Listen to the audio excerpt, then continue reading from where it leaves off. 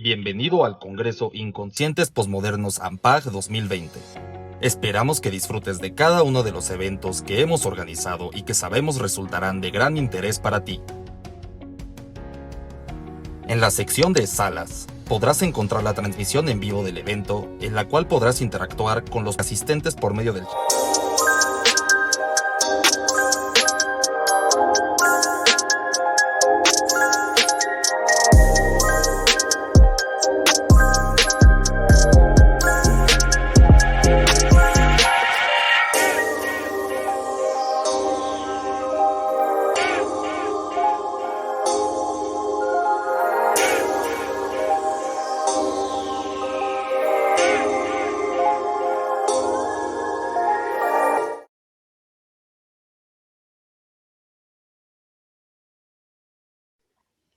Oye, es que tenemos ruido ambiental. Gracias.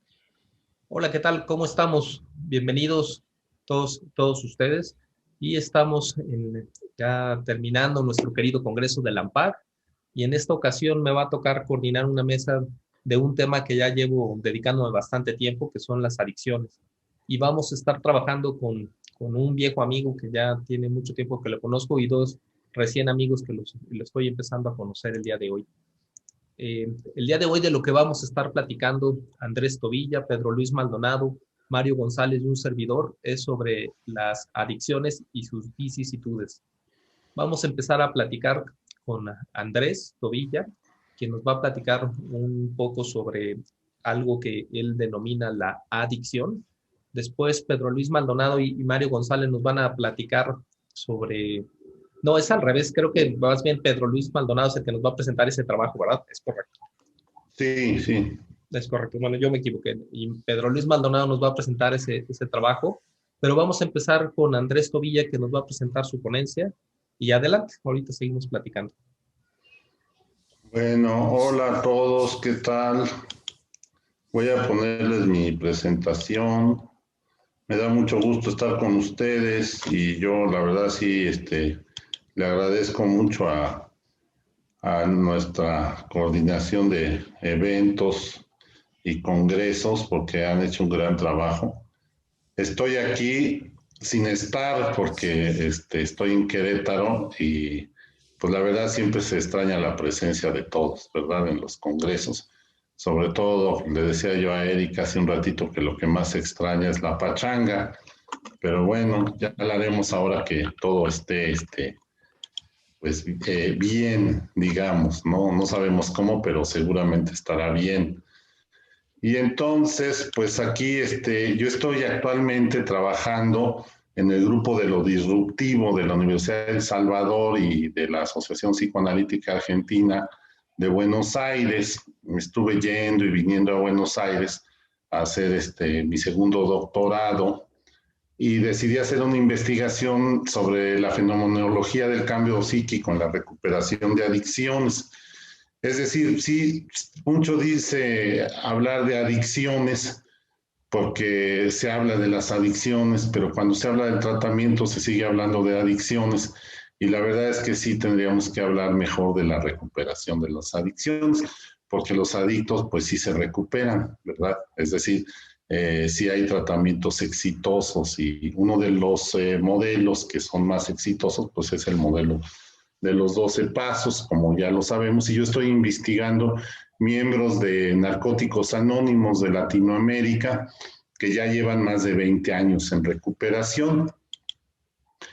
Entonces, ahí yo quiero conocer las categorías fenomenológicas, ¿verdad?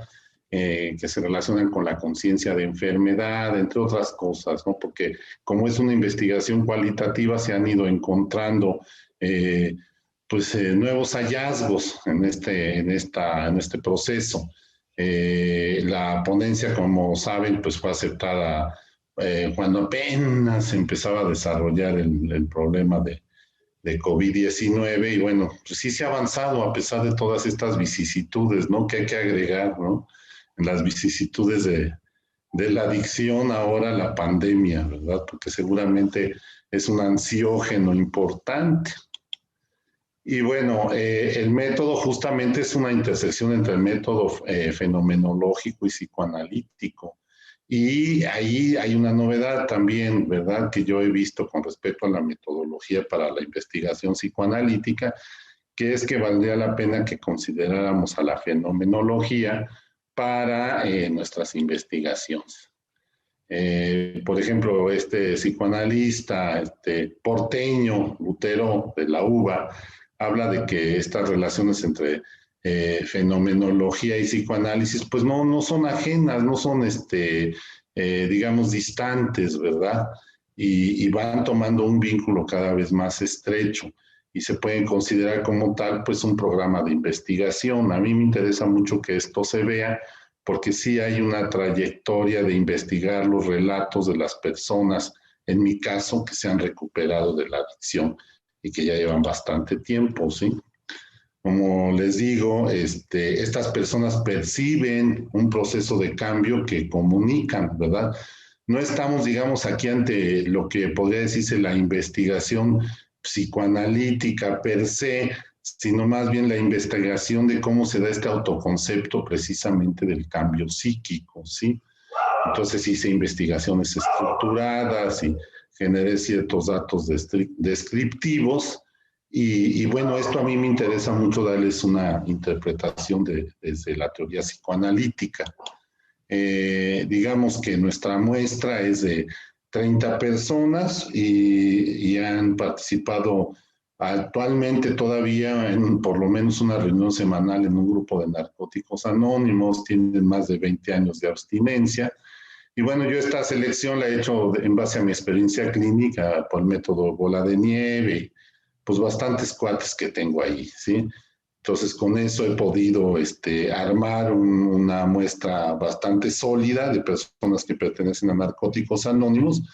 Y bueno, pues es sí también una investigación que cabe este agregado que dentro de lo cualitativo además expresa la visión que ellos tienen como una comunidad latinoamericana que le ha dado su propio enfoque, ¿no?, a este programa de recuperación a través de mucho trabajo, ¿no?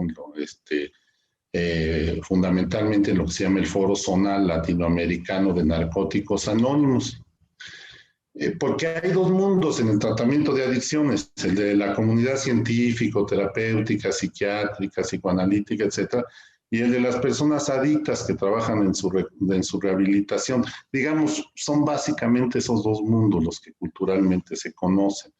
Y a mí me parece, la verdad es que hay un conocimiento un poquito prejuiciado de los psicoterapeutas acerca de los pensamientos que tienen los adictos de la abstinencia y la recuperación y lo que es esto, ¿no?, en cuanto a un éxito en lo que se da en el proceso, ¿sí?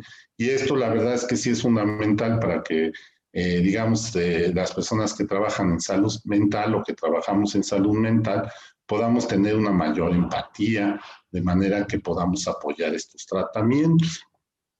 Encontré, digamos, algunas dimensiones y sus indicadores que se van a clasificar. Ahorita por la brevedad, si quieren las comento más al ratito, pero son estas dimensiones, ¿no? Factores psicológicos, la conciencia y la pulsión de muerte, las acciones que se hacen para adherirse al tratamiento, la capacidad o la resiliencia, ¿sí?, la capacidad de superar situaciones disruptivas, la creatividad y los contenidos inconscientes, que esto último ya es como pues una curiosidad psicoanalítica para ver pues qué hay allá abajo, ¿no? Entonces, pues me involucro con el tema del cambio psíquico y por aquí les dejo, ¿no?, esta máxima taoísta: cuando dejo de ser quien soy, puedo llegar a ser quien debo ser. Y eso tiene pues bastantes connotaciones.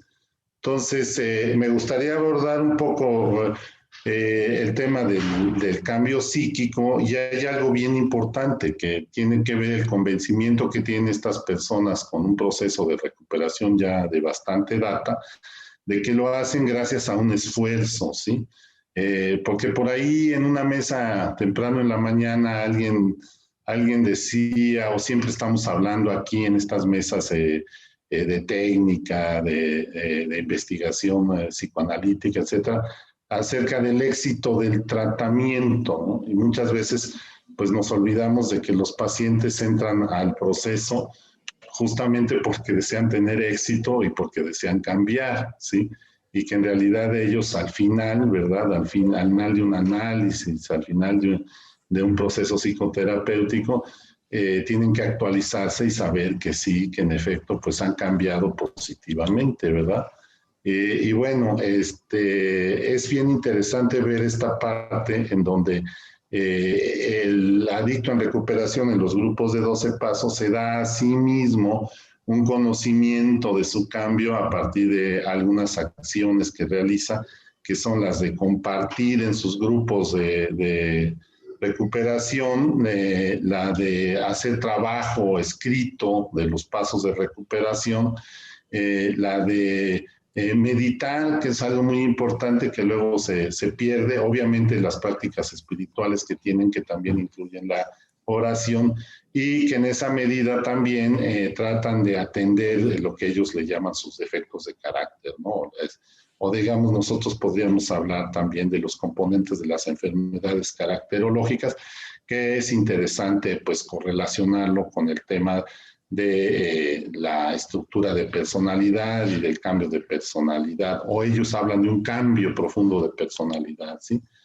Entonces, pues sí hay una serie de hallazgos que se los voy a ir comentando más al ratito para que podamos entrar a la participación de los demás compañeros, pero pues básicamente sí hay un reporte, ¿no? De parte de estas personas, de este grupo de personas en esta investigación fenomenológica, que nos están haciendo ver que sí, en efecto, hay una fenomenología de la recuperación de las adicciones y que esto es importante para que nosotros, quienes trabajamos en salud mental, nos concienticemos y nos volvamos más empáticos.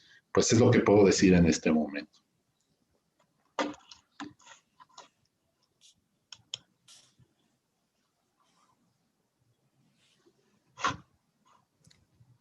Pues bien, supongo que me voy yo, ¿verdad? No, pero perdón, le estaba comentando que me disculparan porque no presenté a Andrés correctamente. Pero te voy a presentar tardíamente, Andrés, disculpa, pero no más importa, vale tarde que no. Ya saben cómo son. Sí, pero quien nos presentó fue el doctor Andrés Tobilla Sáenz y es miembro pleno del AMPAC. Es doctor en investigación psicológica, director en www.psicogrupo.com y tiene 2 líneas de investigación que son las adicciones y la psicología política. Ahora bien, continuamos ahora con Pedro Luis Maldonado, que ahora sí no voy a omitir la presentación, y él es licenciado en psicología por la UNICACH, cursó estudios de filosofía, psicoanálisis y adicciones en la UNAM y una maestría en psicoterapia psicoanalítica de pareja y de familia por el ICHEP, y ha brindado atención psicológica en la clínica del doctor Manuel Velasco Suárez de la UNACH y en los centros de la PGJE, de las cuales ha fungido también como director en las sedes de Ciudad Berriozábal y Tonalá en Tapachula. Actualmente se dedica a la práctica privada de la psicoterapia psicoanalítica y a la dirección de la clínica AT y de los centros Triada. Adelante, por favor, Pedro Luis. Muchas gracias, compañeros, al auditorio. Pues bueno, básicamente mi intervención se va a basar en tres puntos que considero muy importantes desde hace ya mucho tiempo, que me gustaría que conversáramos un poquito con los demás colegas, porque los considero fundamentales en el terreno de las adicciones. Estas ideas no son mías, quiero comentar la fuente. Seguramente el mismo doctor tendrá otras fuentes de donde vinieron esos planteamientos y creo que nos remontaríamos a Freud mismo, ¿no? En una ocasión, cuando era yo director de Centro Tapachula, me contacté con el doctor Bruno Bulacio, que me parece como uno de los psicoanalistas con experiencia en las adicciones más importantes de habla hispana. Y bueno, parte de lo que él planteaba es de que en el campo de las adicciones, algo que es muy cierto es de que muchas veces el adicto, por decirlo así, no plantea precisamente una demanda de atención. Hay como una especie de enajenación en el acto, ¿no? En el acto de drogarse.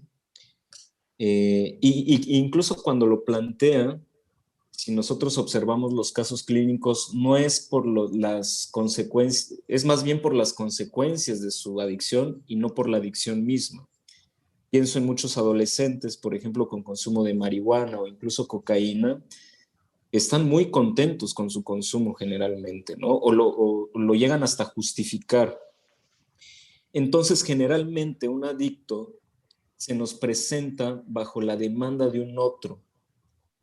Esto es un poco lacaniano, incluso lo podríamos relacionar con algo sistémico, pero lo que planteaba el doctor Bruno es de que sí, ciertamente el adicto casi siempre se nos presenta por la preocupación de una esposa, por la preocupación de unos hijos, ¿no? O de unos padres.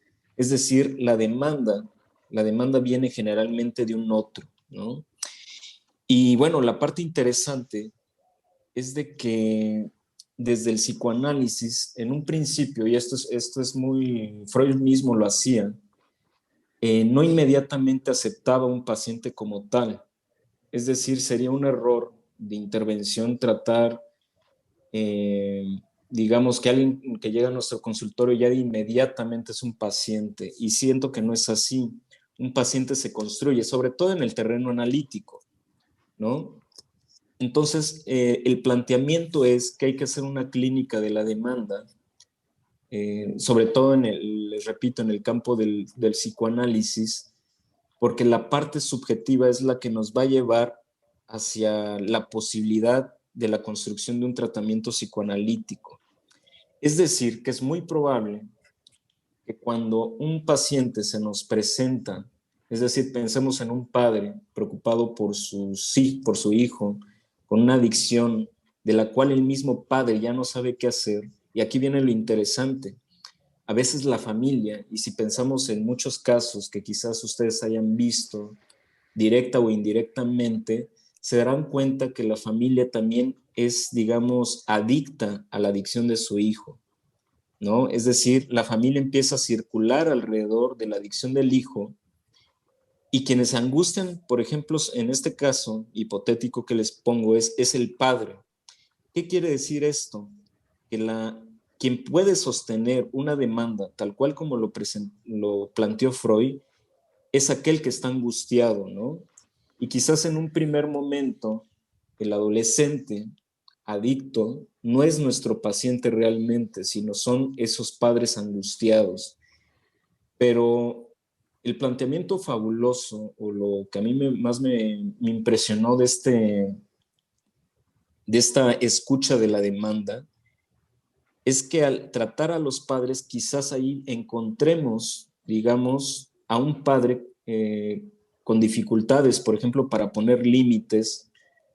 Y bueno, es algo que hemos estado trabajando ya desde hace muchos años y nos ha dado resultados, ¿no?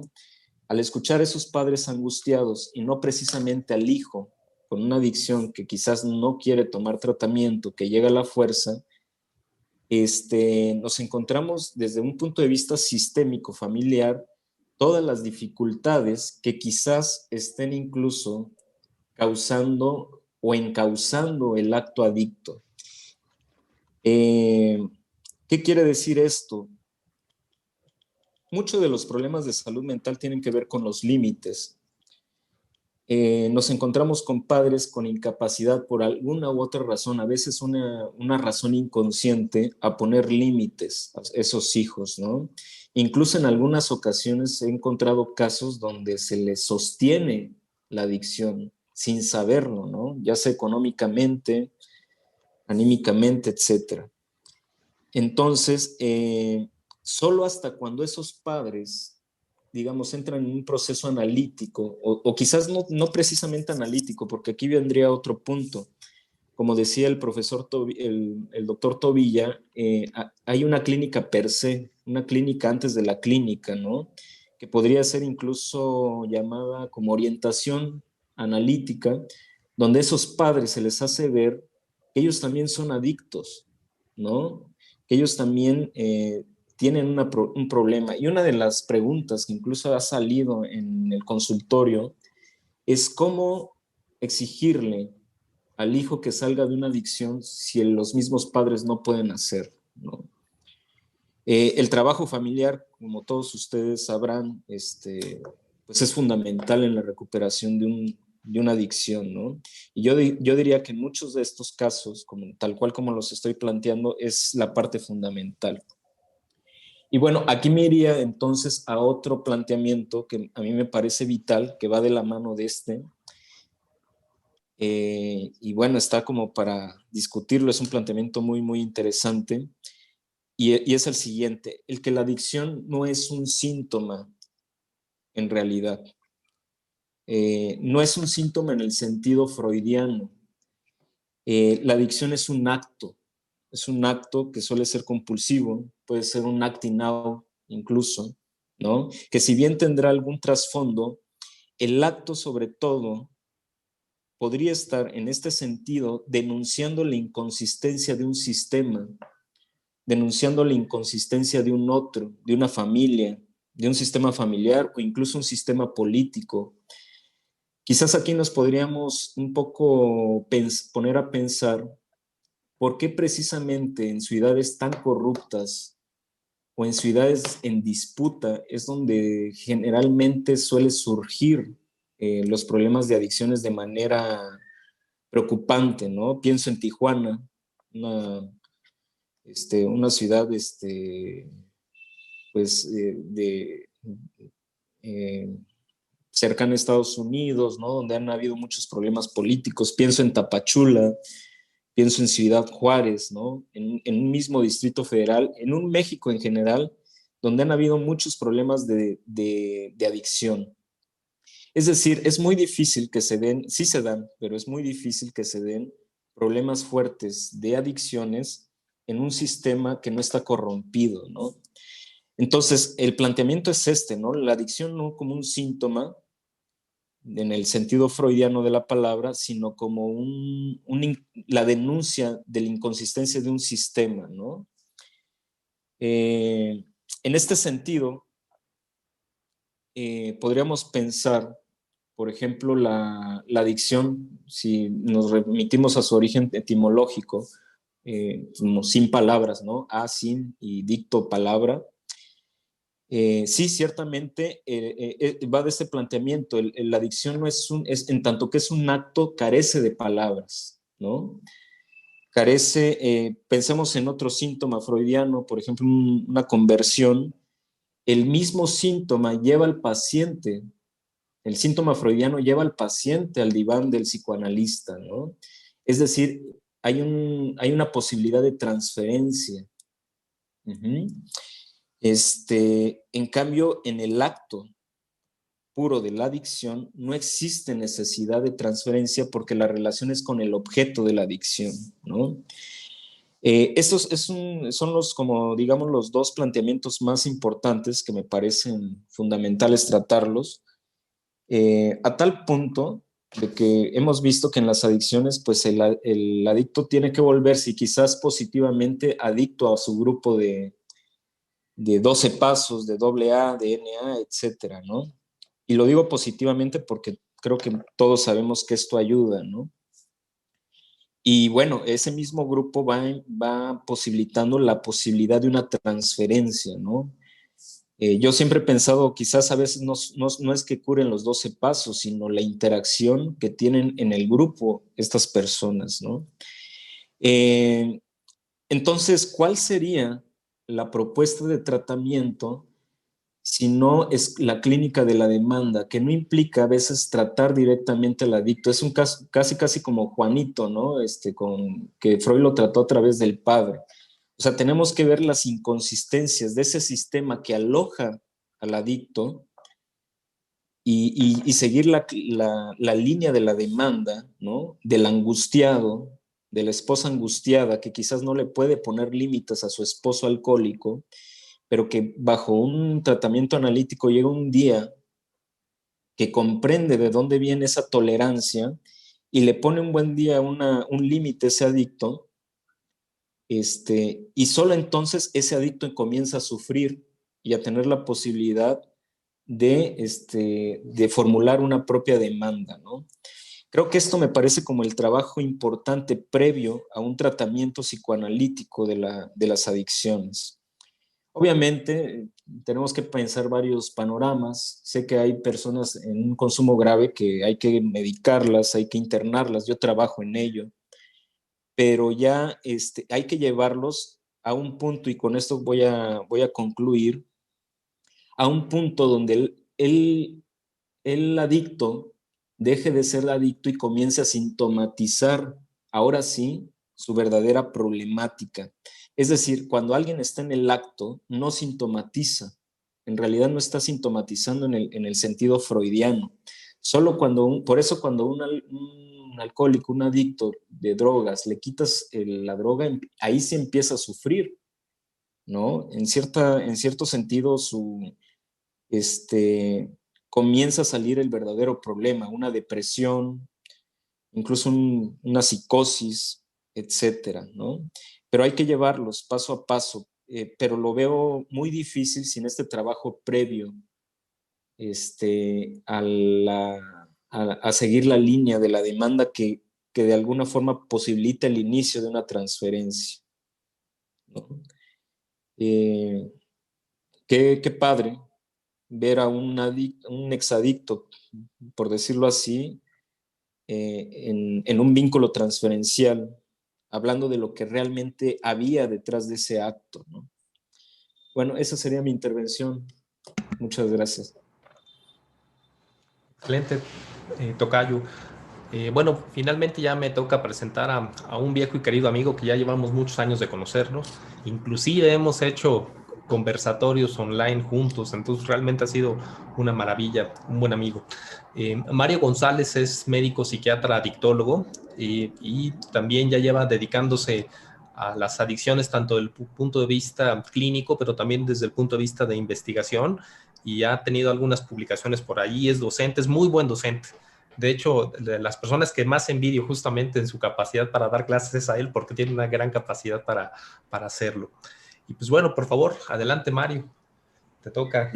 Pues muy buenas tardes, gracias Ampag, gracias querido Pedro por la invitación y queridos colegas, gracias por compartir estos pensamientos.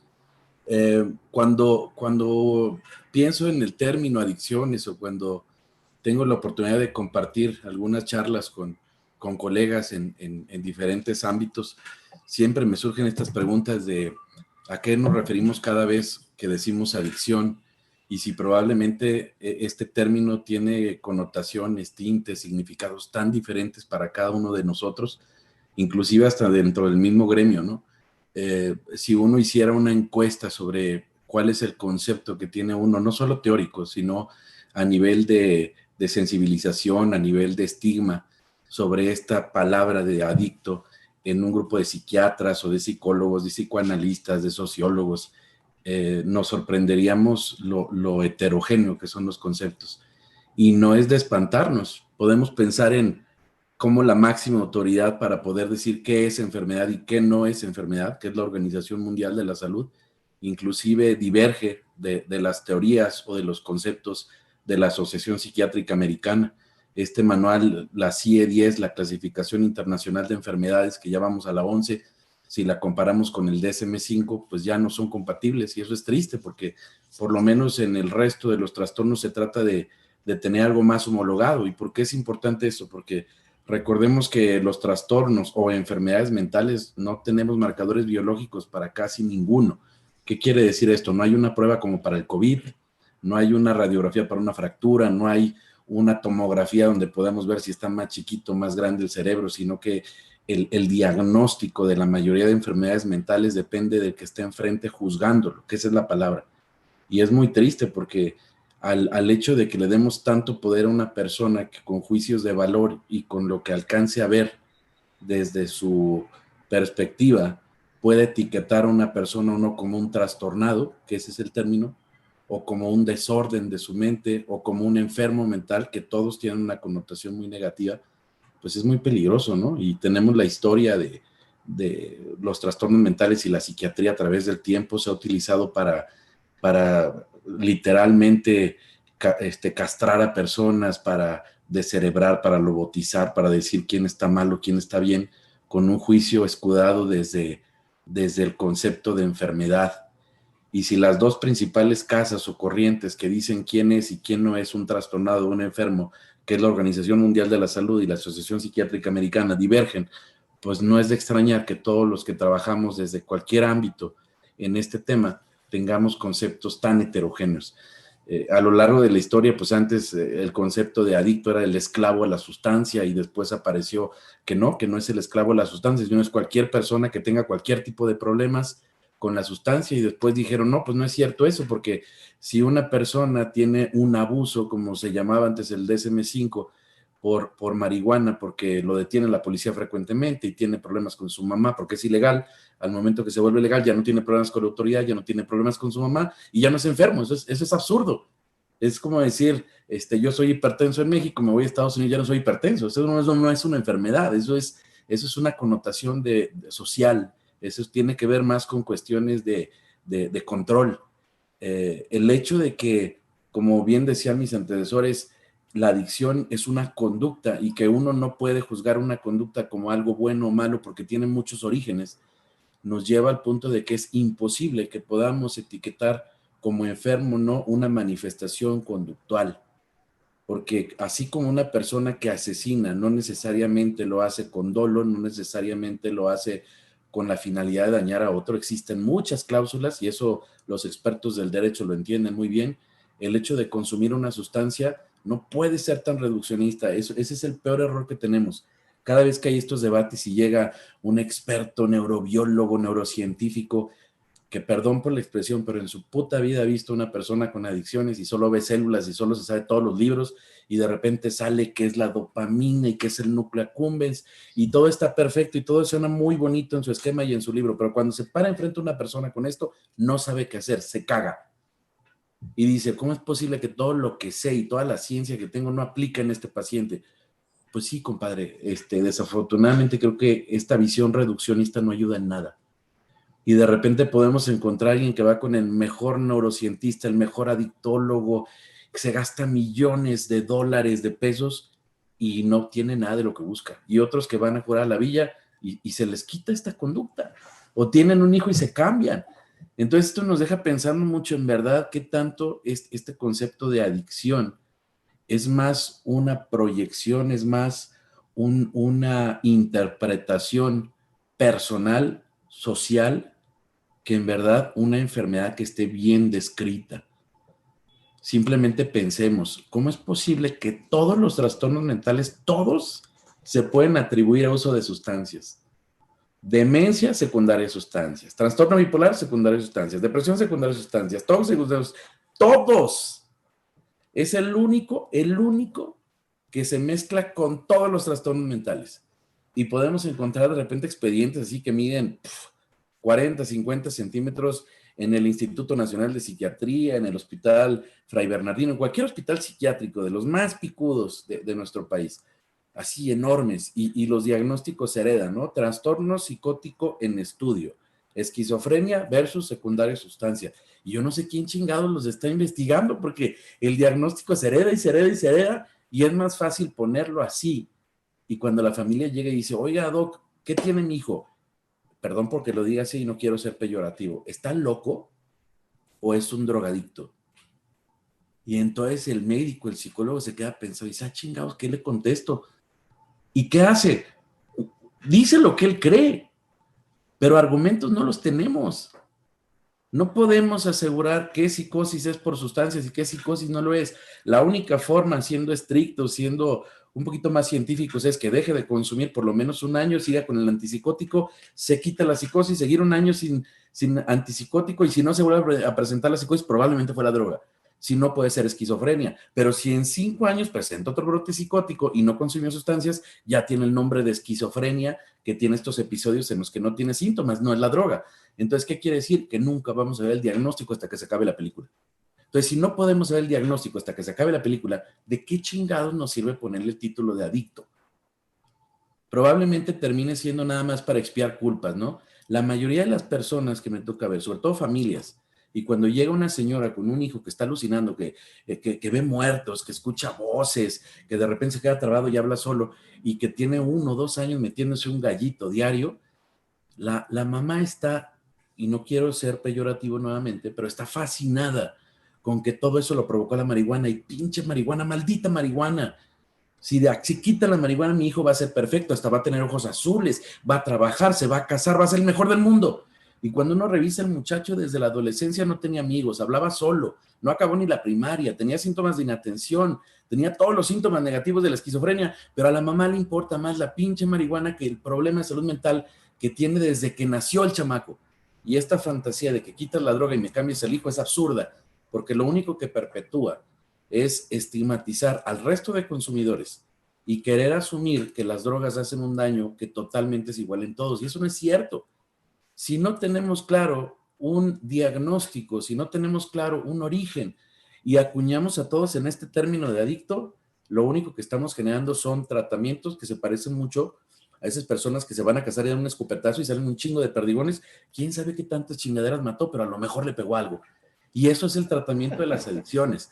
Si uno va a cualquier hospital psiquiátrico, sobre todo en urgencias, hay 3 medicamentos que son de todos los días: anticomerciales, antipsicóticos y antidepresivos. ¿Y qué es? Métele un chingadazo para ver si se le quita algo. ¿Qué es lo más interesante de esto? Que dentro de los problemas de salud mental, el que tiene más interés político, el que tiene más debate social, el que tiene más recursos económicos, precisamente tiene que ver con el consumo de sustancias. Y hasta no hace mucho en nuestro país había muchísimo más dinero metido en problemas de drogas que en salud mental. Y la gran realidad es que ni siquiera podemos separar qué es un enfermo cuando hablamos de consumo de sustancias, qué es una persona que tiene todo el derecho de ser imperfecto. Porque si todos los que estamos aquí nos hacemos un análisis de conciencia, todos tenemos cola que nos pisen.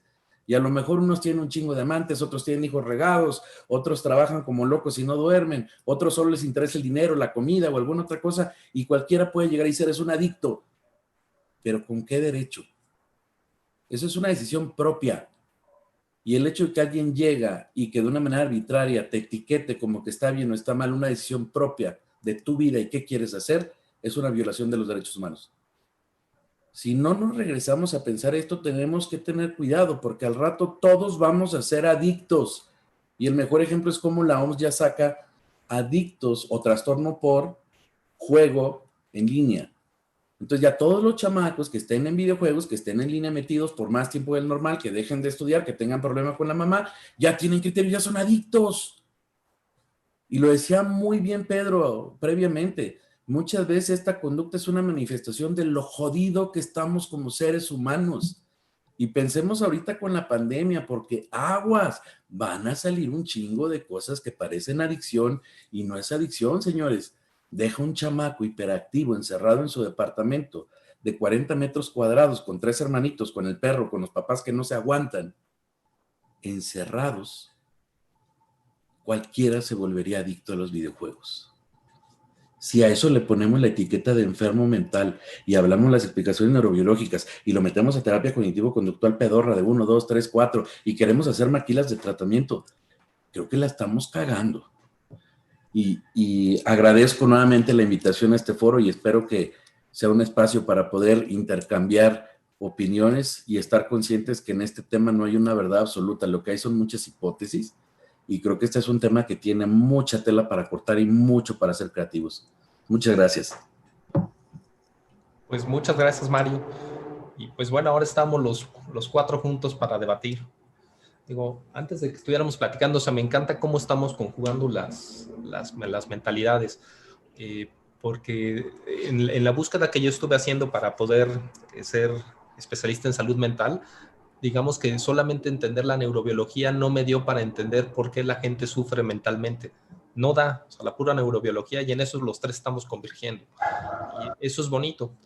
Pero bueno, ¿ustedes qué quieren agregar de sus temas o qué se quieren preguntar entre ustedes mismos? O si quieren yo les pregunto. Bueno, yo quisiera decir algunas cosas, ¿no? A mí me parece muy interesante todo lo que plantean. Me da mucho gusto que mi paisano, porque yo soy de San Cristóbal, esté por acá.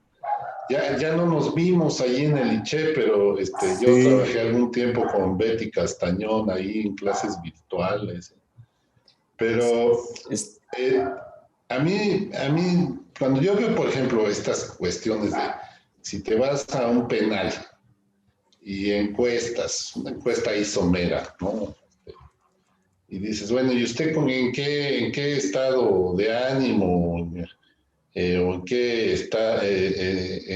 estado cometió su delito, ¿no? Su crimen? No, pues yo estaba borracho, no, pues yo estaba hasta el full de cristal, etcétera, ¿no?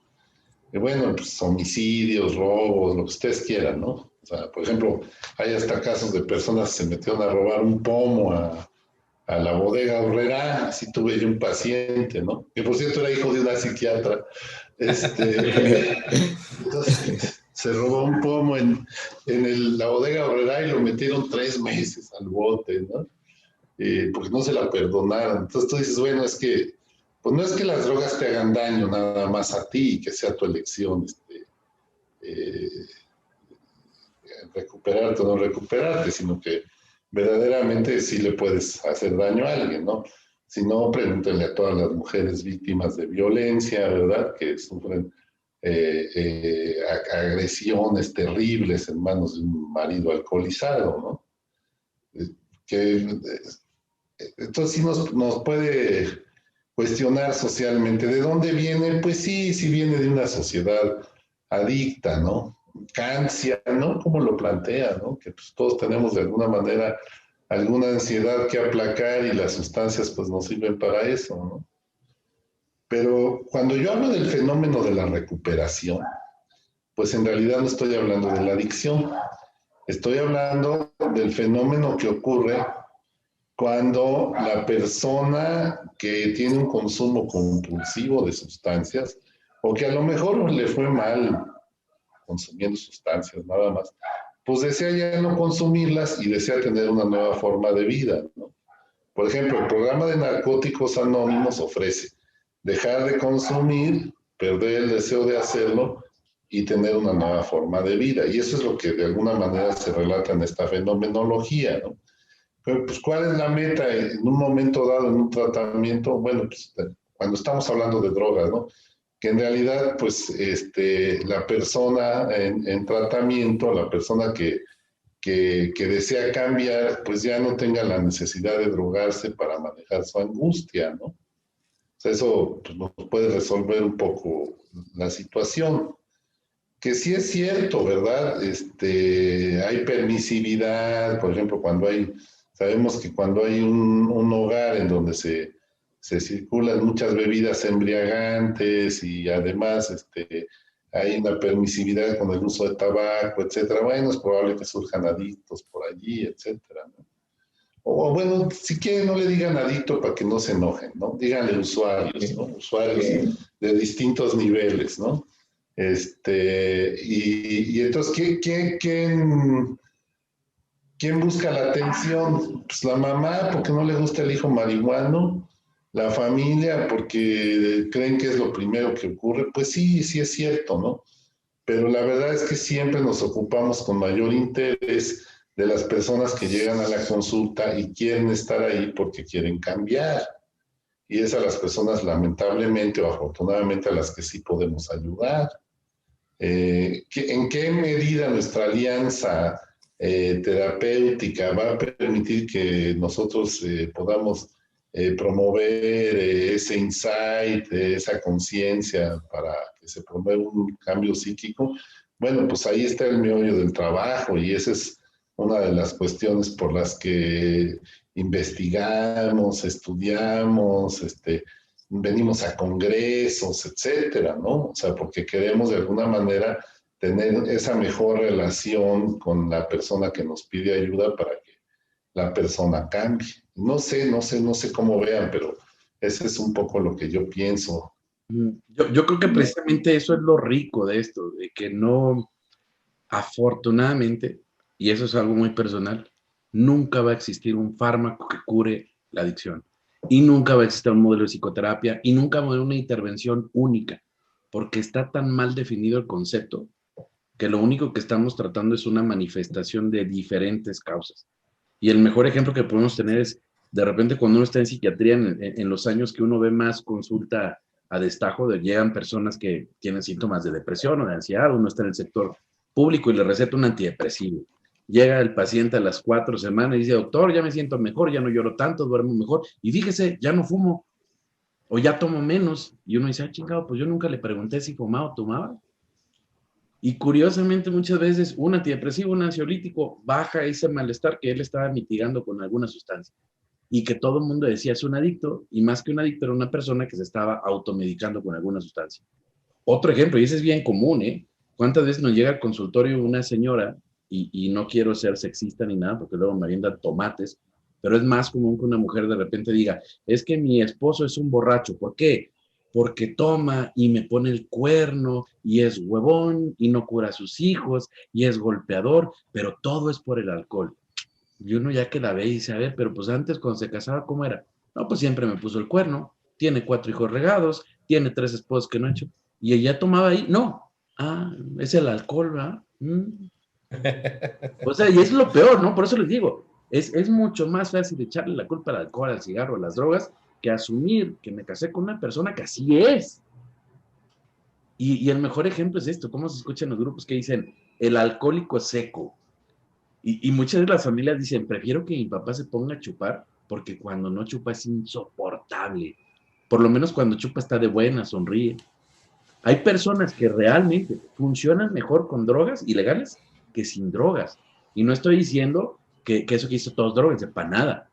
Pero por eso está eso de la marihuana medicinal. Pues cuántas personas mitigan la ansiedad o echándose su gallito, se sienten mejor, aparentemente están mejor, pero ¿cuál es el problema? Es que no están tratando la enfermedad, están tapándola de alguna manera con una sustancia, ¿no? Entonces, nuevamente, el querer hacer como una recetita rajatablas, creo que es un error tremendo, porque es una etiqueta muy grande que, repito, es como escupir para arriba, al rato nos va a quedar a nosotros.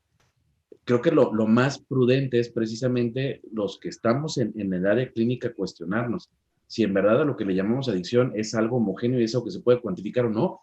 Y eso es lo precioso, porque si no, entonces yo no estoy tratando una palabra ni una etiqueta, yo estoy tratando un ser humano, independientemente del nombre que queramos usar, que en algunos hay que jalarle a la familia, en otros hay que jalarle a la sociedad, otros hay que jalarle un antidepresivo, en otro un sentido de vida. Y eso es precioso, porque entonces estamos tratando un ser humano, no estamos tratando una palabra, ¿no? O un estigma. Bien. También es un gusto, doctor Andrés Tobilla, tener un paisano y qué chistoso que estemos coincidiendo en esta mesa, en un congreso hecho de Lampaj en Guadalajara y no hayamos coincidido acá, pero espero que pronto podamos coincidir. Fíjense que me parece muy interesante todo lo que ustedes comentan y creo que de alguna forma lo asocio con los planteamientos anteriores en el sentido de que, digo, ya bajo mis términos, lo podría encontrar así como esa enajenación como plantea el doctor, se me fue su nombre, doctor. Mario, como plantea el doctor Mario, ¿no? Solemos enajenarnos en una palabra y fíjense que ahí es precisamente donde podríamos decir esta tendencia a ser adictos en uno mismo, porque solo vemos objeto. Por ejemplo, ese caso que usted planteaba, donde la mamá solo mira al marihuano, ¿no? Háblame tú, compadre. Sí. No, o sea, porque así lo mira, ¿no? La madre, como marihuano, ¿no? Pedro, lo voy a poner así para, ¿no? Ya sé que tengo un tocayo por ahí, pero solo mira al marihuano, ¿no? Mira al adicto, pero no mira a Pedro, ¿no?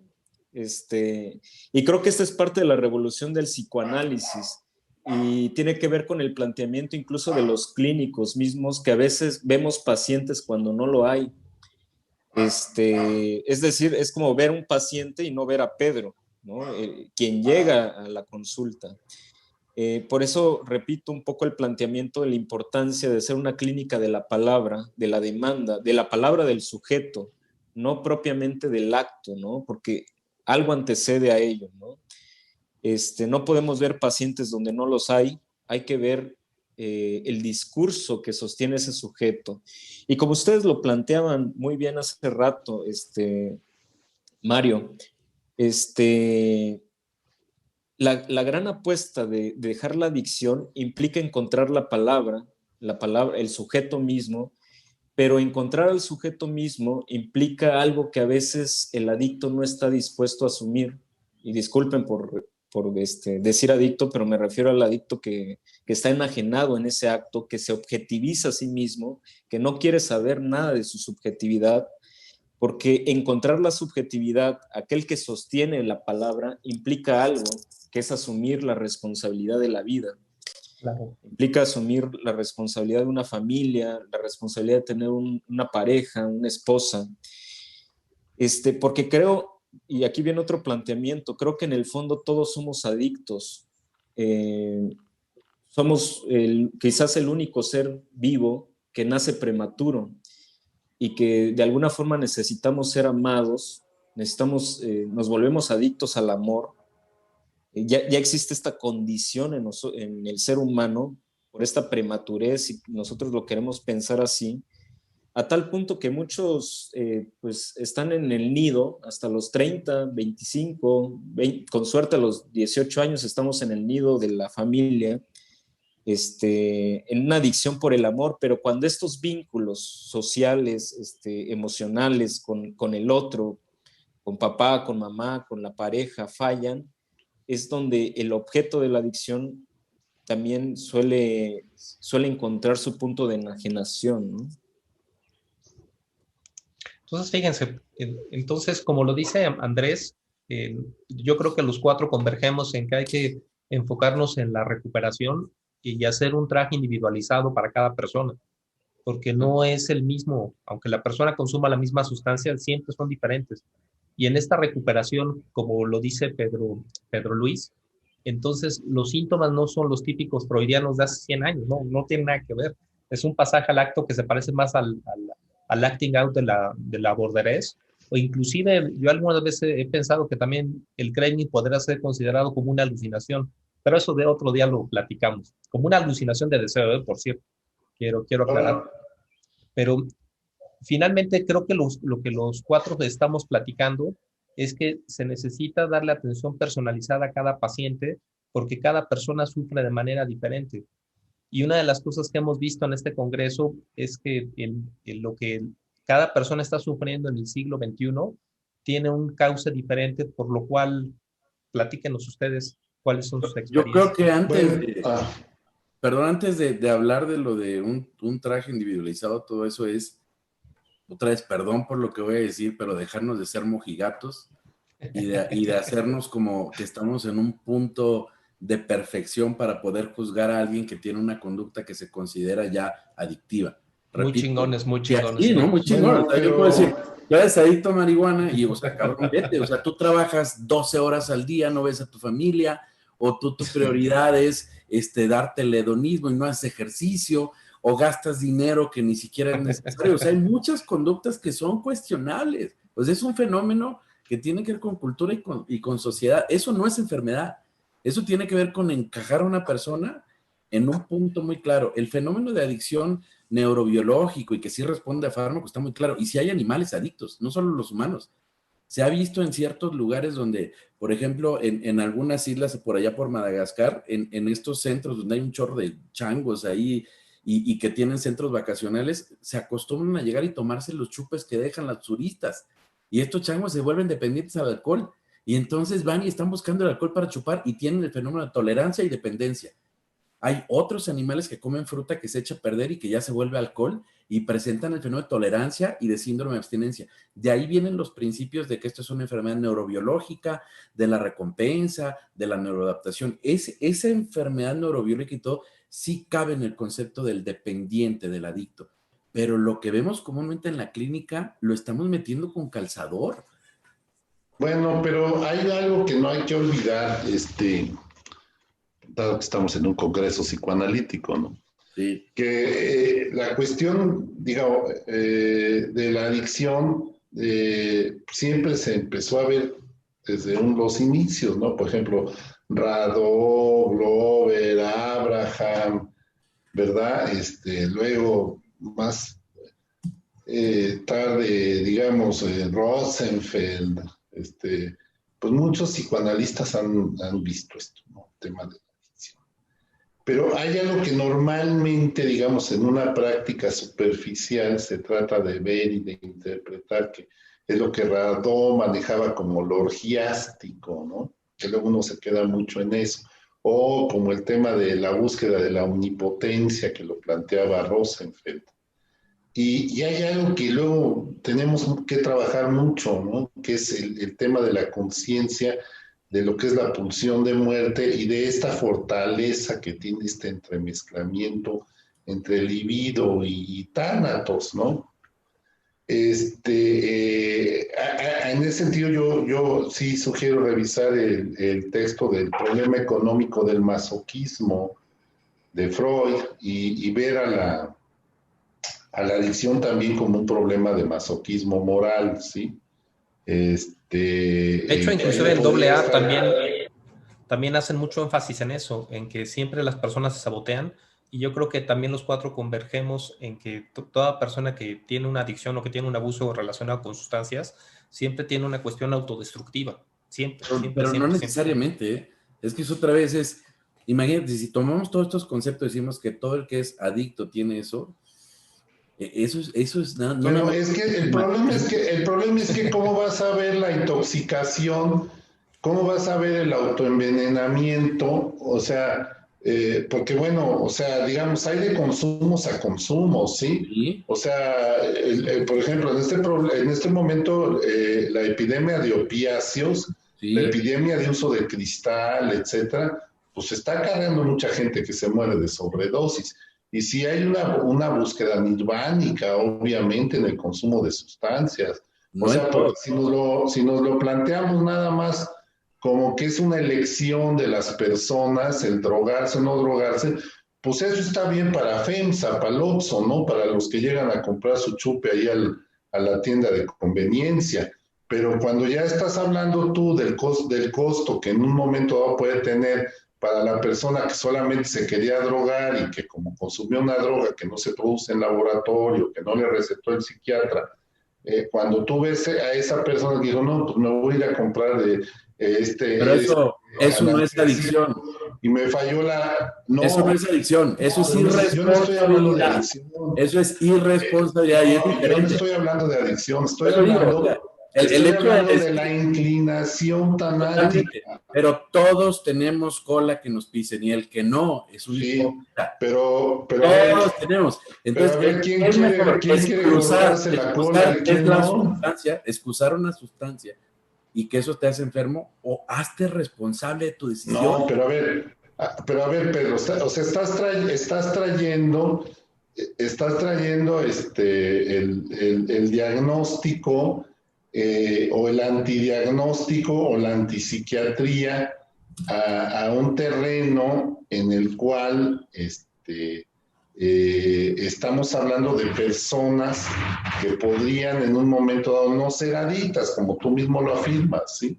O sea, y tenemos que encontrarle de alguna forma una explicación psicodinámica, neurobiológica, etcétera, porque nos preocupa como sociedad que las personas que sí se quieren recuperar, que sí quieren dejar de consumir, lo dejen de hacer. Mira, por ejemplo, sí es cierto, no sé si sepan, pero hay grupos de deudores anónimos, o sea, de deudores compulsivos, de personas que castigan a las tarjetas y pagan intereses, etcétera y tal. Hay grupos de jugadores compulsivos, hay grupos de sexoadictos, etcétera. ¿Por qué?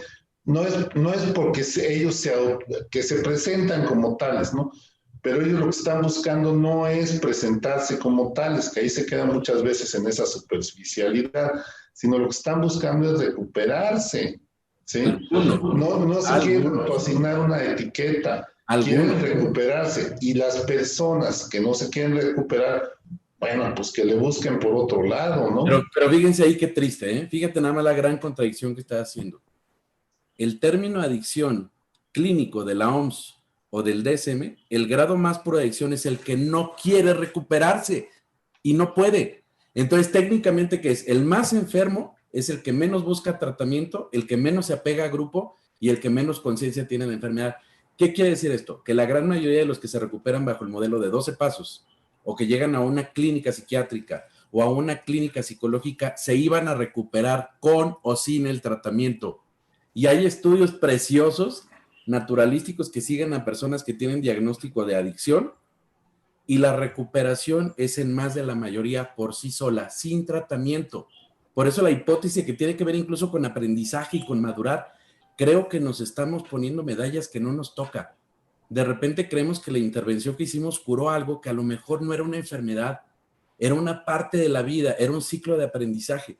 Y por eso es que de repente podemos encontrar formas que meten más límite. Lo decía Pedro, por ejemplo, hay familias que no marcan límites y que los chamacos andan haciendo lo que quieran, pero luego vienen estos modelos de justicia terapéutica como los TTAs o lo que hacen en los centros de alguna manera, en la que dicen, bueno, si tú cometes un delito tiene que ver con drogas, te va a seguir el juez y son los juicios orales y tienes una supervisión. Entonces, no es tu papá, no es tu mamá, pero está el juez y está la policía. Pero es que ese es como una auto antiobsesión, ¿no? No. Acerca de la sustancia, porque mira, o sea, si lo que yo estoy investigando, ¿no? O sea, lo que yo estoy investigando es los procesos de vida de las personas que a lo mejor, como tú dices, pues de todos modos se hubieran recuperado. Pero ¿qué hay allí? O sea, ¿qué hay allí como para que las personas que no pueden, o como tú dices, las más enfermas, ¿sí? O como dice la OMC, ¿no? Las más enfermas, ¿sí? Sí pudieran en un momento dado captarla por ahí, recuperarse. Mira, les voy a leer tantito lo que se plantea, ¿no? Por ejemplo, capacidad de perdonar, empatía, flexibilidad, gratitud, independencia, sublimación de pulsiones, abstinencia, conciencia de la necesidad de mejorar y recibir ayuda, capacidad de sentir compasión, mantenimiento de principios espirituales, mejoramiento de vínculos, servicio desinteresado, prevención de recaídas, eso es interesante, resiliencia, procesos regredientes y progredientes propios, esto tiene que ver con metabolización psíquica, de acuerdo a los esquemas que plantea Pierre Aulanier. Habilidad para la simbolización y generación de nuevas ideas, inteligencia, eso también a lo mejor entra dentro de lo que tú dices, constancia, curiosidad, intuición, desarrollo de pensamiento lateral, y luego ya entra lo que es algo así como frenar las pulsiones narcisistas, patológicas, ¿no? Que tendría que ver con regresar a las pulsiones de autoconservación y mejorarlas, sublimar pulsiones libidinales, sublimar pulsiones de muerte, y también, pues obviamente está el tema de la sexualidad, ¿sí? O sea, porque también muchas veces pues, la sustancia se utiliza para tener un mejor ejercicio sexual. Todas estas cuestiones, la verdad es lo que yo he estado encontrando, no tiene que ver propiamente con la adicción, no tiene que ver con la patología, que puede ser en un momento dado una patología secundaria o primaria, como se quiera, sino que tiene que ver con este intento que las personas están haciendo por mejorar, porque volteamos a ver mucho lo jodido que está el mundo, pero no nos ponemos a pensar de que sí hay personas en este momento que quieren mejorar el ambiente, que quieren mejorar la equidad económica, que quieren mejorar la prevención de salud, y en esa medida también hay personas que de alguna manera sí estamos trabajando por pues ver lo que hay hacia adelante de constructivo y pues sí dejar atrás todo este tema de la patologización, pero de una forma proactiva, ¿sí?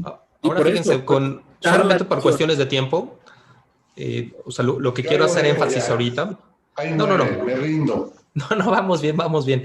Pero lo que quiero hacer énfasis es que esta mini discusión que estamos teniendo el día de hoy, esa es la discusión que lleva haciéndose 60 o 70 años y que unas investigaciones apuntan para un lado y unas investigaciones apuntan para el otro. Pero lo que es importante es que sí estamos atendiendo pacientes y que lo que están descrito en los libros, como dice Mario, no se aplica exactamente a la clínica. Y como dice Pedro, mi tocayo Pedro, el paciente generalmente que necesita apoyo es aquel paciente que lo está negando y que realmente quien lo está llevando a consulta es su familiar. Entonces, muchas veces los adictólogos nos enfocamos más en la familia que en el propio adicto. Nos quedan 25 minutos de hermosa discusión y qué bueno, ¿eh? Las discusiones son hermosas en un congreso. Y es que no es malo bueno, o sea, lo único es no generalizar. Vamos de acuerdo. Todo lo que hemos dicho, todos tenemos experiencia en ver eso, pero estamos viendo un pedacito de lo que le llamamos adicción. Imagínense en este mundo ya en el que digamos no es adicción, son personas que tienen problemas con cómo se vinculan con drogas, pum, y cada uno es diferente. Y no todos caen en un cajón. Ahí sí es un traje a la medida. Claro, sería una forma de encontrar, digamos, la subjetividad, ¿no? Sí. Ahí está precisamente el sujeto, en el vínculo que incluso el mismo adicto realiza con la droga. Y creo que ahí yo les haría una pregunta, colegas, no sé qué piensen, pero pues es, digamos, otra tesis también muy interesante y creo que ya de alguna manera han hablado de ello. Siempre he tenido la impresión de que ese vínculo que el sujeto hace con la droga, ahí está la misma subjetividad, ¿no? Implicada. Y yo casi me atrevería a pensar que el adicto, perdón por decirlo así, ¿no? El adicto se hace adicto, pensando en la adicción, porque hay una adicción todavía atrás más peligrosa, ¿no? Que tiene que ver con la subjetividad. Por eso en la adicción hay una enajenación, un no querer saber de lo que me pasa o de lo que pasa, la negación de la que hablaba Pedro hace rato, ¿no? Como mecanismo de defensa, es decir, se defiende la adicción en la adicción porque le está sirviendo realmente de algo, aunque sea para destruirse, ¿no? En ese autodestruirse hay una implicación simbólica oculta detrás que le está, digamos, pensemos en una persona que su papá se murió o su papá se fue y quedó bajo el yugo del deseo materno, digamos, casi pensándolo así, devorador de la madre, ¿no? Y la única forma que encontró ese adolescente de rebelarse ante ese deseo materno devorador fue entrando en las adicciones, fue volviéndose primero bolo, pedo, ¿no? Es la única forma que encontraba de rebelarse ante y saliendo, si no haciéndole caso a su mamá, etcétera, etcétera. Entonces, ahí podríamos decir que aquel adicto, y por eso muchos incluso se psicotizan cuando les quitas, y no es puramente, como lo has mencionado, Mario, no es puramente biológico, sino la implicación simbólica, para lo cual esa adicción está ahí, o ese consumo, como le queramos llamar. Y esto aplica tanto para una adicción grave como para una irresponsabilidad, un consumo irresponsable, ¿no? Hay una condición subjetiva detrás y es precisamente donde está el sujeto y que llegando a ese punto existe la posibilidad de una responsabilidad y no viendo la responsabilidad como una palabra aburrida, sino más bien en términos etimológicos, la responsabilidad como la capacidad de responder, de dar palabras a mis actos, ¿no? Entonces, esto es lo que pienso yo, o sea, el adicto o detrás de alguna adicción, para no ponerle esta etiqueta al adicto, detrás de una adicción hay una adicción más grave, más subjetiva y quizás la más importante de tratar, ¿no? También estoy de acuerdo contigo, Mario, cuando dices de que, bueno, muchas personas cambian y sí tengo muy, muy en claro que esto de las adicciones y muchos problemas de salud mental tienen que ver con los límites.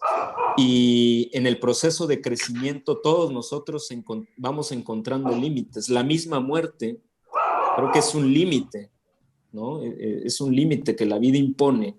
Y casi como lo decían las viejitas aquí en Chiapas, ¿no? El que no encuentra a su papá en su casa lo va a encontrar afuera, ¿no? Como esa forma de limitaciones. Pero qué peligroso que tengamos ciudades, gobiernos, familias que no saben poner límites. Creo que ahí es donde la adicción se encapsula peligrosamente, Fíjate, ¿no? Pedro, tienes algo precioso que dijiste que empata de una manera increíble con lo que dice Andrés, y es lo que le da como sentido a esto, ¿no? Ese término que usaste de responsabilidad. fíjate cómo hay mucha gente, y hay psiquiatras, adictólogos, científicos que están a favor de las drogas, y dicen el consumo responsable, y la pregunta, ¿te vuelves responsable de qué? Porque como bien decía Andrés, eso nos da en la torre, porque el que está fumando y le echa el humo a los demás está contaminando, el que se pone borracho, choca y atropella a alguien, le está dando en la torre a otro. Entonces, si te haces responsable, te haces responsable de todo lo que generas alrededor. El decir responsable porque yo me pongo límites y a mí no me afecta, eso no es ser responsable. No, Vivimos en sociedad. Entonces, gran parte, el grueso de personas que tienen problemas por su consumo, no es esto que se describe en los textos como adictos, es un problema de responsabilidad, de mal manejo de emociones, de tomar malas decisiones y escudarte en la sustancia. Y sistemas que no ponen límites, que no te hacen responsable. O que lo favorecen, como en la mercadotecnia. Exacto. Todos los que comemos McDonald's, Burger King, comemos más de lo que nos toca, nos gratificamos, liberamos dopamina. Es el fenómeno adictivo, pero le conviene a la sociedad porque ahí sí pagas impuestos. Por eso... Bueno, pero es que sí hay como esta parte tanática en general de toda la sociedad, ¿no? O sea, somos una sociedad que si bien por un lado es narcisista y busca por todos lados gratificaciones superfluas, pues por el otro lado hay algo que inconscientemente prevalece como una búsqueda tanática. Y como lo planteaba Freud, ¿no? Más allá del principio del placer, si quieres vivir, prepárate para morir, si vis vitam para mortem, ¿no? Parafraseando aquella frase latina de si vis pacem para bellum, ¿no?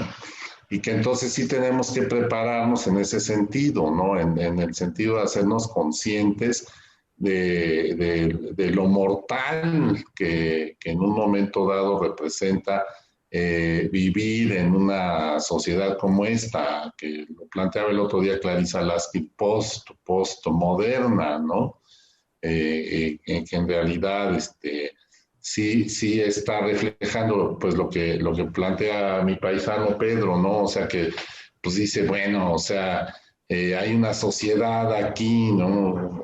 Yo me acordaba de un estudio de centros de integración juvenil de hace más de 20 años que planteaba que había mayor prevalencia de consumo de sustancias en las ciudades turísticas, o sea que en las ciudades que no eran turísticas, por ejemplo Cancún, Tijuana, ¿no? Donde había mayor tránsito de personas con motivos turísticos, había mayor consumo de sustancias. Tiene lógica, ¿no? Acapulco, etcétera, ¿no? De que ya hay que plantearse dónde empezó todo. Ahora, digo, es que no es que uno esté a favor o en contra de la legalización ni nada de eso, ¿no? O sea, simplemente uno tiene que darse cuenta de los alcances a los que estamos llegando como sociedad.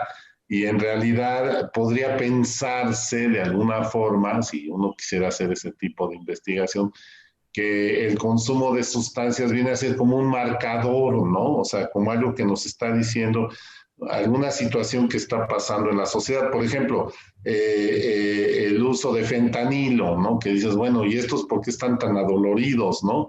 O el uso de compulsivo marihuana, ¿y a estos por qué no les gusta su realidad, no? Y así, ¿no? Y el alcohol, ¿y estos por qué están deprimidos? Y etcétera, ¿no? Lo cual tú dices, Mario, pues sí, es que es cierto, hay algo que subyace, ¿no? Hay algo que socialmente subyace y que al final de cuentas además representa negocio, pues, ¿sí?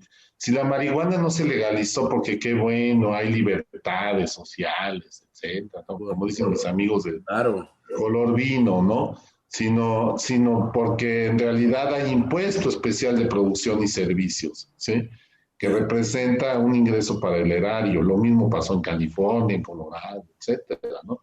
Entonces, el Estado va a liberar, ¿verdad? Entre comillas lo pongo, nos va a dar esa libertad de consumir. Pues no porque sea una concesión graciosa, ¿no? Ni porque estemos luchando por la legalización, sino porque representa ingresos, representa control, representa impuestos, ¿no? La prohibición se dejó de hacer porque se dieron cuenta de que eran impuestos que estaban perdiendo y que iban a necesitar para fabricar armamento. Entonces, pues es que es eso, ¿no? O sea, ¿en qué clase de sociedad vivimos? y cuestionarlo, yo creo que en gran medida nos pudiera permitir reducir los índices de prevalencia de muertes por uso de drogas o como consecuencia indirecta, ¿no? Sí, yo algo que me encanta lo que está diciendo, todo lo que está diciendo Andrés, es que eso es en verdad tratar el problema, no etiquetarlo y meterle como cemento arriba para que no se vea el hueco, ¿no? Esto que habla sobre todas estas problemas que tiene la persona, me recuerda mucho un estudio en el que hicieron que personas dividieron los niños entre los que tenían abuso o maltrato infantil y los que tenían más como un abandono. Es decir, también estaban de alguna manera con violencia, pero era una violencia que no te pelo, no te estimulo, no te abrazo, no te doy nada. Y estos niños carentes de afecto y carentes de estímulo, principalmente lo que abusaban de adultos eran opioides. Y el efecto que tienen los opioides es precisamente eso, ese efecto parecido al amor, a la cercanía, ese placer. Y el niño que estaba bajo el efecto de la agresión, del golpe, del miedo, de que mi papá me va a madrear, de adulto lo que abusaba más es depresores, alcohol, marihuana. Es decir, como esto que tú ves desde un punto de vista mucho más fino y que no tiene que ver con los términos tontos, pendejos de la OMS y de esto, eso tiene más impacto en el individuo que andar etiquetando y hacer guías de práctica clínica que no empatan. Yo creo que ustedes lo han visto, ¿no? El psicoanálisis de repente en las guías de práctica clínica está no sirven adicciones, mangos, que no se haya logrado identificar en quiénes funciona, es diferente. Ahí la medicina basada en evidencia y metanálisis y todo eso no aplica, porque esto en verdad es un arte y esto es individualizado y no es replicable. Entonces yo creo que... Les voy a lanzar dos preguntas que nos enviaron.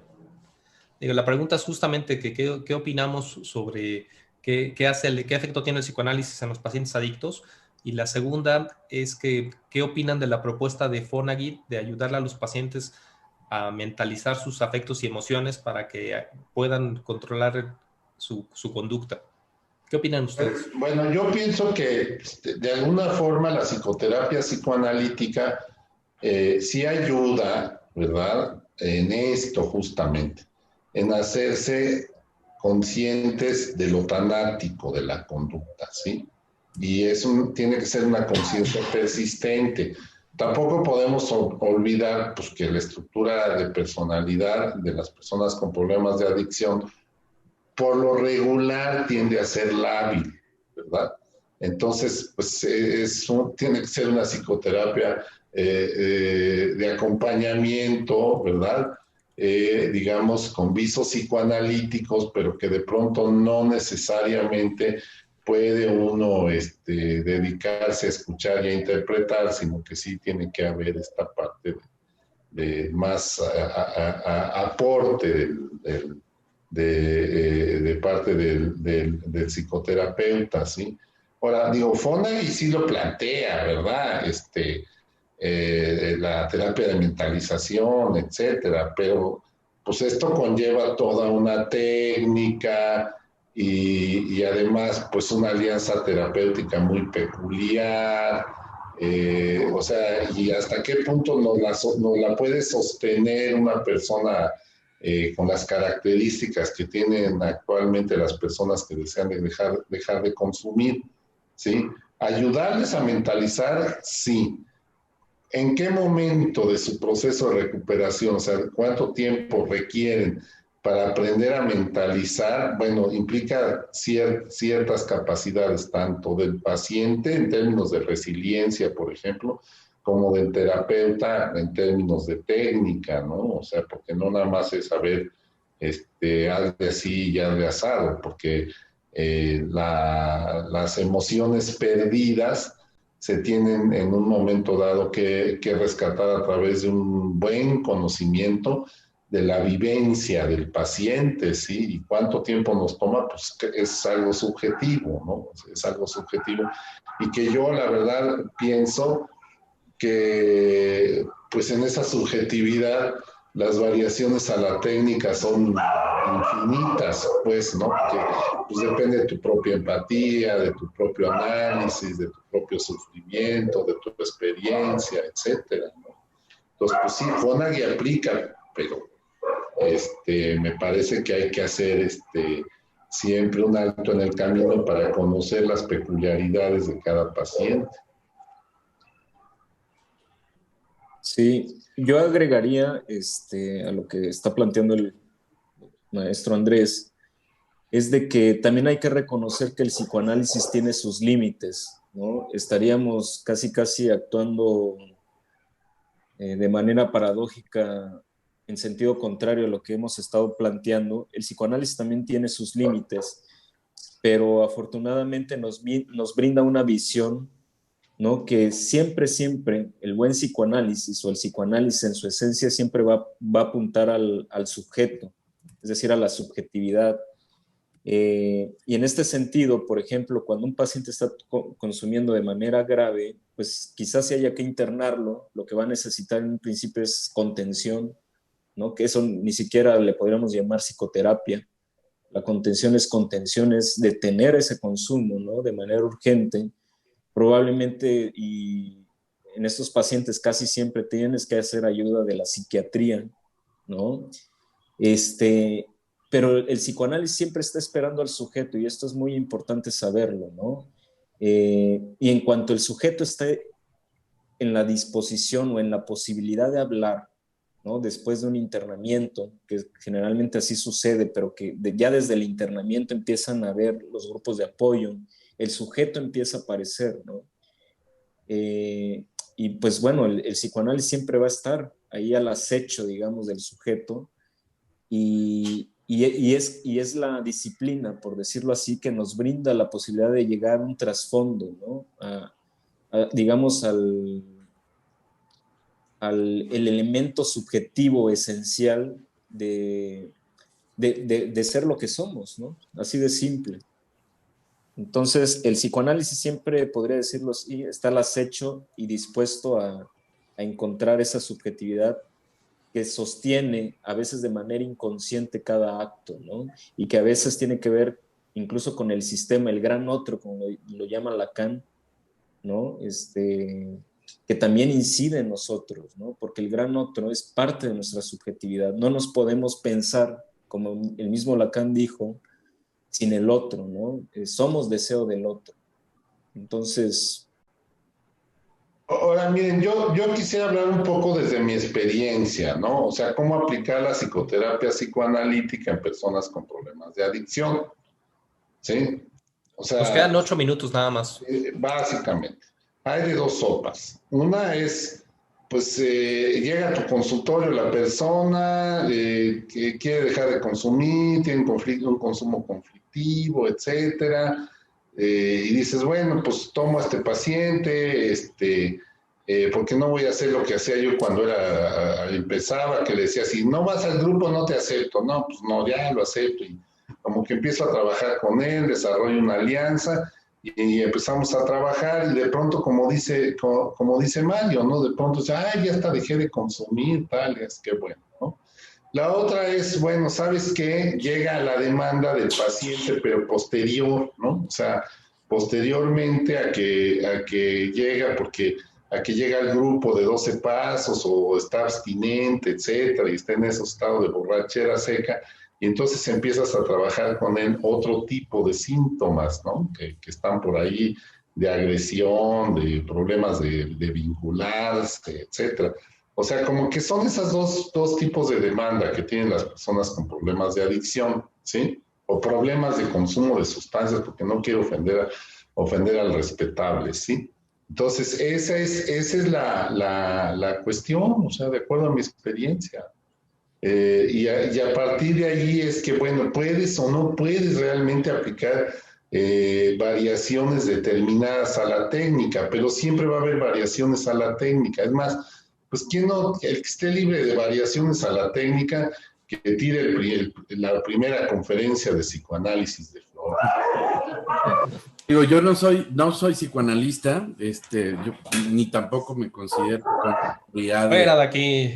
De dar un juicio. No te preocupes, no es pecado.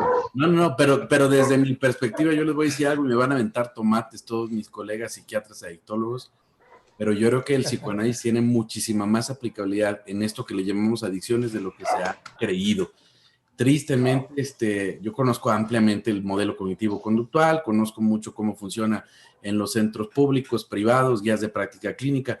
El mejor ejemplo que podría dar es la obesidad. Tengo ya un tiempo trabajando muy cercano con una clínica de obesidad. Yo tengo un grupo donde somos psiquiatras, sexólogos, adictólogos, psicólogos con maestría en terapia psicoanalítica, terapias holísticas, y les voy a ser franco, esto se parece mucho a lo de obesidad. Hay obesos que por más cognitivo-conductual, más racionalizado y más ejercicio, no va a bajar de peso. Necesita una cirugía bariátrica o necesita chochos que le ayuden a que regulen el metabolismo y baje de peso. Yo soy uno de ellos. Otro, hay pacientes que les pones dietita, cognitivo-conductual, se sienten felices y como robotito y bajan de peso. Hay otros que tienen un conflicto tan profundo que la comida no es comida, la comida es amor, la comida es vínculo, la comida es el papá. Y eso no se quita con cognitivo-conductual y con chocho. Necesitan resolver, lo voy a decir burdamente para los que no son psicoanalistas, los pedos que tienen en la cabeza. Entonces, creo que muchos de aquellos que tienen mejor pronóstico en adicciones, que tienen más materia gris, que no están tan determinados o dañados por las drogas, tienen mejor pronóstico en el psicoanálisis que en la psiquiatría. Y aquellos que tienen más daño biológico, síndrome de abstinencia y todo, ahí estamos los psiquiatras perfectos, pero no les curamos ese problema. El algo me dice que tenemos es para la perrada, es para el mal hábito y para la cuestión de límites. Otra vez, creo que el psicoanálisis necesita empoderarse en este tema, pero para eso hay que definir mejor el fenómeno. Nos quedan 4 minutos. ¿Con qué cierra cada uno?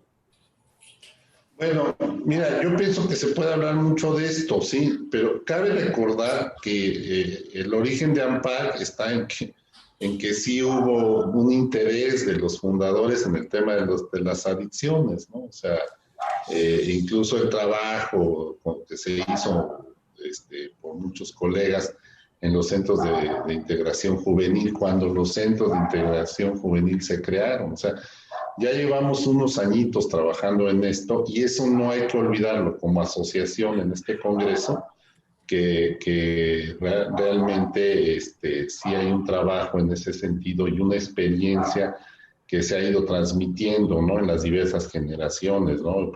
Por ejemplo, la visión que tiene Mario Campuzano, la visión que tiene Fernando Valadez, pues es muy digna de reconocerse, ¿verdad? Sobre todo porque ellos han trabajado el tema, entre otros compañeros, ¿verdad? Y me parece que hay muchas cosas rescatables del psicoanálisis para que las podamos aplicar. Entonces, pues tratemos de aplicarlas y yo les agradezco haber compartido la mesa con ustedes. Y gracias al público por tolerarnos. Bueno, pues yo terminaría con el concepto de Freud, ¿no? De salud mental, que lo definió de manera tan simple, ¿no? Con tantos años de experiencia y casos, como la capacidad de amar y trabajar. Y en esa frase hay hay como un misterio, pero parte de ese misterio considero que el hecho de amar y trabajar implica vincularse con el otro. Quizás si esta plática yo se los estuviera dando en un grupo de AA, les diría que no tengan miedo de sentir angustia y ansiedad, ¿no? Porque eso implica que están atreviéndose a amar, atreviéndose a vincularse, a trabajar, a ser productivos, a vivir en el gran otro, por decirlo así, pero que a veces el sujeto está lastimado por una condición subjetiva en su historia, etcétera, y que, bueno, un psicoanálisis, una psicoterapia, ahí son oídos abiertos, ¿no? Dispuestos a escuchar lo inaudito, ¿no? Lo inaudito como el concepto de algo que nadie quiere escuchar, ¿no? Lo terrorífico a veces de la vida. Con eso cerraría. Muchas gracias por la invitación. Mario, además de tu compromiso de estudiar psicoanálisis, ¿con qué terminas el día de hoy? A ver, cuéntanos. Pues yo celebro que se hagan estos foros desde una de las instituciones más importantes en el área psicoanalítica. Y yo estoy totalmente convencido de que se necesita darle un giro a la interpretación de este fenómeno y se tiene que hacer un tratamiento mucho más pensado en el ser humano más que en la sustancia. Esta cosa reduccionista de todo es de pensar en lo lógico para cambiar la conducta, o de decirle a la persona, las drogas te hacen daño, no mames, pues saben que te hacen daño, eso no lo cambia. Tenemos que ir mucho más profundo y tenemos que aprender a, de alguna manera, pensar en a qué es a lo que le llamamos recuperación, porque si revisamos los criterios de buen pronóstico de CIJ, del Instituto Nacional de Psiquiatría, del Fray Bernardino, de los CAPAS y de cada uno de los clínicos en su consultorio, no se parecen, y menos de los tribunales de tratamiento de adicciones. Entonces, sí, lo que le llamamos recuperación o rehabilitación no está claro. Entonces, creo que estamos buscando algo que va más allá en los intereses del individuo. El psicoanálisis tiene mucho peso. Celebro que haya Pedros y ojalá que cada vez haya más psiquiatras, adictólogos metidos en el psicoanálisis para precisamente crear algo que esté mejor hecho. Y cerraría, como dicen los colegas queridos de Alcohólicos Anónimos y Padrinazos, creo que tenemos que echarle humildad y reconocer que nadie tiene una verdad absoluta. Tenemos que empezar de un punto en el cual sea una mesa horizontal para construir algo que le sirva a la gente y no casarnos en posturas cuadradas, rígidas y que no tenemos fundamento. Pues solo por hoy les echo humildad. Y bueno, muchas gracias a todos por su atención. Y el reto del siglo XXI definitivamente es comprender más la vinculación y la psicopatología dentro del vínculo. Pues bueno, un placer haber estado con ustedes. Estamos en contacto. Muchas gracias. Bye. Chao. Gracias, hasta luego. Claro. Un gusto.